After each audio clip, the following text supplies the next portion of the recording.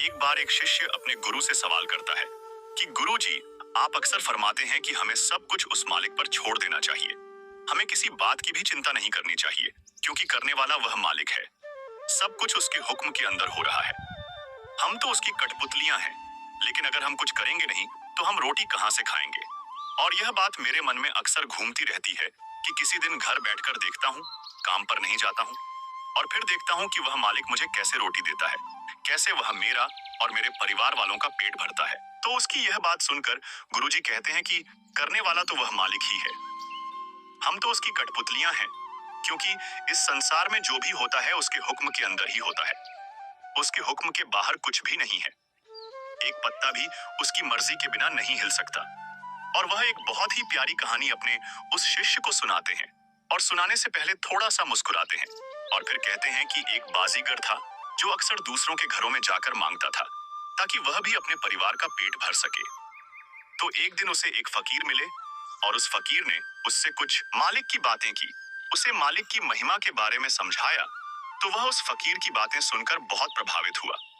तो उसके बाद उसने घर घर जाकर मांगना बंद कर दिया, और उसने यह मन बना लिया कि आज घर बैठकर ही देखता हूँ कि वह मालिक मुझे कैसे रोटी देता है, और आज यह भी पक्का हो जाएगा कि उसको हमारी फिक्र है भी या नहीं। तो वह घर बैठ जाता है और रात होने तक का इंतजार करता है, और देखता रहता है कि आज मुझे रोटी कैसे मिलेगी, कैसे वह खुदा, वह मालिक मेरे घर आकर मेरा और मेरे परिवार वालों का पेट भरता है। तो जब रात होने लगती है, सूर्य छिपने लगता है, वह छत पर चढ़कर टहल रहा होता है कि कहीं कोई मेरे घर की तरफ खाना लेकर आ रहा होगा। टहलते टहलते वह छत से गिर पड़ता है, और जब वह गिर पड़ता है तो उसे बहुत ही गहरी चोट आती है। तो आसपास के लोग उसके घर इकट्ठे हो जाते हैं। तो जब लोग उसके घर इकट्ठे हो जाते हैं और देखते हैं कि आज तो यह कहीं मांगने भी नहीं गया, इसके बच्चे भूखे बैठे हैं, तो कोई अपने घर से खीर ले आता है, कोई अपने घर से पूरियां उसके लिए ले आता है। तो ऐसे ही आसपास के लोग उसके लिए कुछ ना कुछ उसके परिवार वालों के लिए ले आते हैं।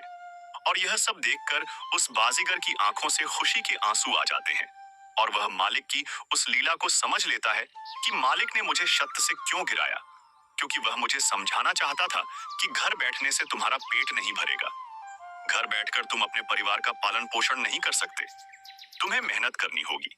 और अगर घर बैठे बैठे ही खाना है तो ऐसी ही छोटे हर रोज खानी पड़ेगी, क्योंकि इस संसार में मुफ्त तो कुछ भी नहीं मिलता, कुछ पाने के लिए कुछ खोना तो पड़ता ही है। तो गुरुजी की ये साखी सुनकर वह शिष्य खिलखिलाकर हंस पड़ता है, और उसे गुरुजी का संदेश भी समझ में आ जाता, और वह प्रणाम कर घर लौट जाता है।